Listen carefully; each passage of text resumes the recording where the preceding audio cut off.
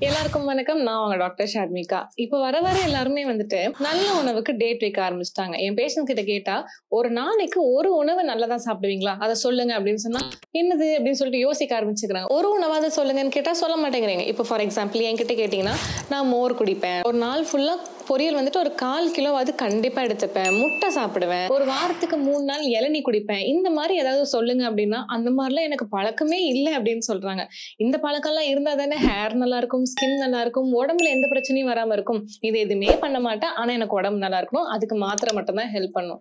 No, இந்த ஒரு மென்டாலிட்டியை தூக்கி வீசிடுங்க. நார்மலாவே சொல்ற ஒரு ஸ்டேட்மெண்ட் என்னன்னா, வாரத்துக்கு ஒரு நாள் நான்வெஜ் சாப்பிடுவோம், வாரத்துக்கு ஒரு நாள் கீரை எடுத்துருவோம், மாசத்துக்கு ஒரு நாள் பயிர் வகைகள் ஏதாவது ஸ்நாக்கா செஞ்சு சாப்பிடுவோம், மத்தபடி எல்லாம் மிச்சர் தான் நாங்க சாப்பிடுவோம். இதெல்லாம் வேண்டவே வேண்டாம். உங்களுக்கு ஒரு 30 நாளைக்கு 30 சிம்பிள் உணவுகள் சொல்றேன். அது இந்த வீடியோ கடைசியில ஒரு பட்டியல் மாதிரி போட்டு கொடுக்குறேன். அது ஒரு ஸ்கிரீன்ஷாட் எடுத்துட்டு உங்க வீட்டுல வந்துட்டு நீங்க பிரிண்ட் அவுட் எடுத்து கூட ஒட்டிக்கோங்க. கிச்சன்ல டெய்லி அந்த வருஷப்படியே நீங்க சாப்பிடணும்னு எந்த அவசியமே இல்லை.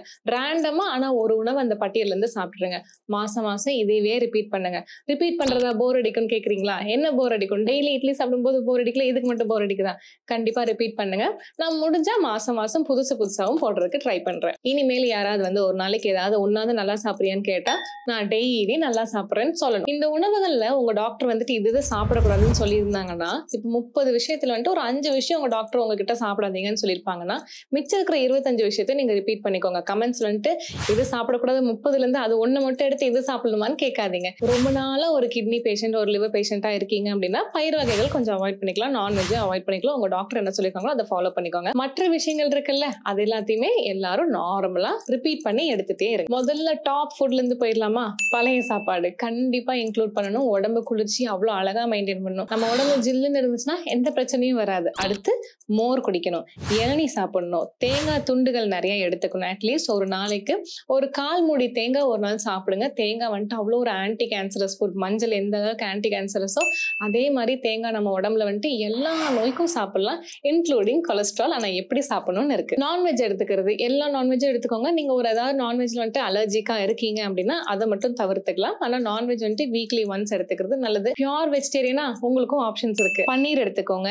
தேன் இருக்கிற மாதிரி ஏதாவது ஒரு உணவு, இப்ப ஹனி வாட்டர் குடிக்கிறது, பால்ல வந்துட்டு தேன் மிக்ஸ் பண்ணி குடிக்கிறது, இந்த மாதிரி தேனை ஒரு நாளைக்காவது ஆட் பண்ணிக்கோங்க ஒரு மாசத்துல. பயிர் வகைகள் நிறைய எடுங்க. வெள்ளை சுண்டல், கருப்பு சுண்டல், பச்சை பட்டாணி, மொச்சக்கொட்டை, கிட்னி பீன்ஸ், அவரைக்கொட்டை, இந்த மாதிரி பயிர் வகைகள் எல்லாத்தையுமே எடுங்க. ராகி இருக்கிற மாதிரி உணவுகள் எடுங்க. ராகி சேமியா, ராகி தோசை, ராகி கூழு, ராகி களி, இந்த மாதிரி ராகி இருக்கிற மாதிரியான விஷயங்கள் எடுங்க. ராகி இட்லி இதெல்லாம் எடுத்துக்கோங்க. நவதானிய தோசை, நவதானியத்தை ஊற வச்சு அதுக்கப்புறம் ஏதாவது பண்ணி சாப்பிடுங்க. நவதானியத்தை கண்டிப்பா சேர்த்துக்கணும். வெஜிடபிள்ஸ்ல வந்துட்டு சூப்பர் வெஜிடபிள்னா எல்லாமே சூப்பர் தான். வெஜிடபிள்னாலே சூப்பர் தான்.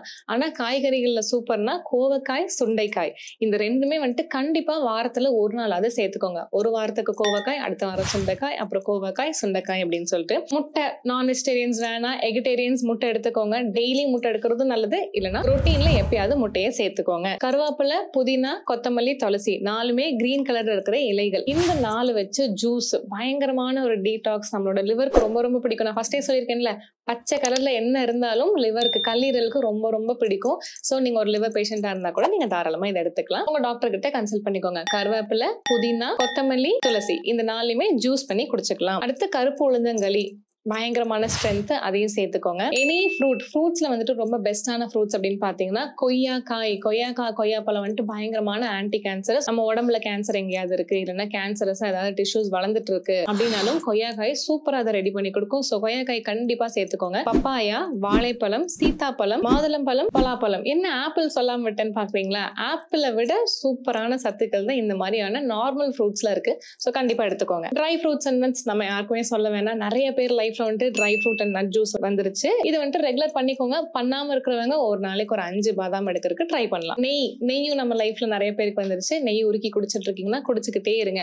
எல்லா டாப் பாலிவுட், ஹாலிவுட் ஹீரோயின்ஸும் வந்துட்டு உங்களோட பியூட்டி சீக்ரெட் என்னன்னு கேட்டா I take a spoon of ghee அப்படின்னு சொல்லுவாங்க. ஸோ நீங்களும் அதை பண்ணிட்டு இருக்கீங்க. வேற லெவல் ஆக போறோம். நெய்யை கண்டிப்பா உருக்கி தான் குடிக்கணும்.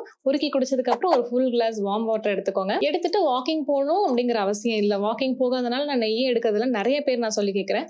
மார்னிங்கே மார்னிங்கே நீங்க எடுக்கிறனால நம்ம யோசிக்கிறது கூட ஒரு தொழில் தான். அதுல கூட கேலரிஸ் வந்துட்டு கொஞ்சம் கொஞ்சமா பர்ன் ஆகும். ஸோ காலையில நீங்க எடுக்கிறனால ஃபுல் டே பண்ற சின்ன சின்ன ஒர்க்லயே அந்த கேலரிஸ் எல்லாம் பர்ன் ஆயிடும். ஸோ தாராளமா நெய் குடிங்க. நொங்கு உடலோட குளிர்ச்சிக்கு அவ்வளோ நல்லது. அவ்வளோ அருமையான ஒரு விஷயம் தான் நொங்கு. நொங்கு கண்டிப்பா எங்க பார்த்தாலும் இறங்கி சாப்பிட்டுருங்க. ஆலோவேரா ஜூஸ் அலர்ஜி இருக்கிறவங்க வேண்டாம். அப்படி இல்லைன்னா ஆலோவேரா ஜூஸ் நீங்க வீட்டுல கத்தாழை செடி வளர்த்து அதுல இருந்து ஒரு ஸ்லைஸ் எடுத்து 7 தண்ணியில கழுவி சுத்தி செஞ்சு அதை சின்ன மிக்சியில போட்டு நல்லா அரைச்சு நல்லா தண்ணி ஊத்தி அரைச்சுக்கோங்க. ஆலோவேரா ஜூஸ்ல நிறைய பேர் தினசாலாம் செஞ்சு காட்டுறாங்க. யூடியூப்ல வந்துட்டு ஆலோவேரா ஜூஸ் ரெசிபிஸ்னு போட்டீங்கன்னா அழகா நிறைய வருது.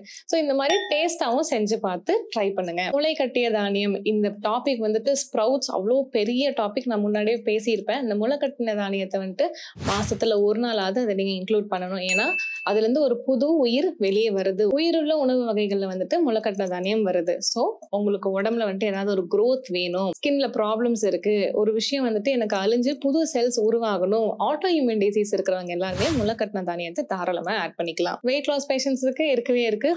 கொள்ளு இருக்கிற மாதிரி எடுத்துக்கோங்க உணவுகள்.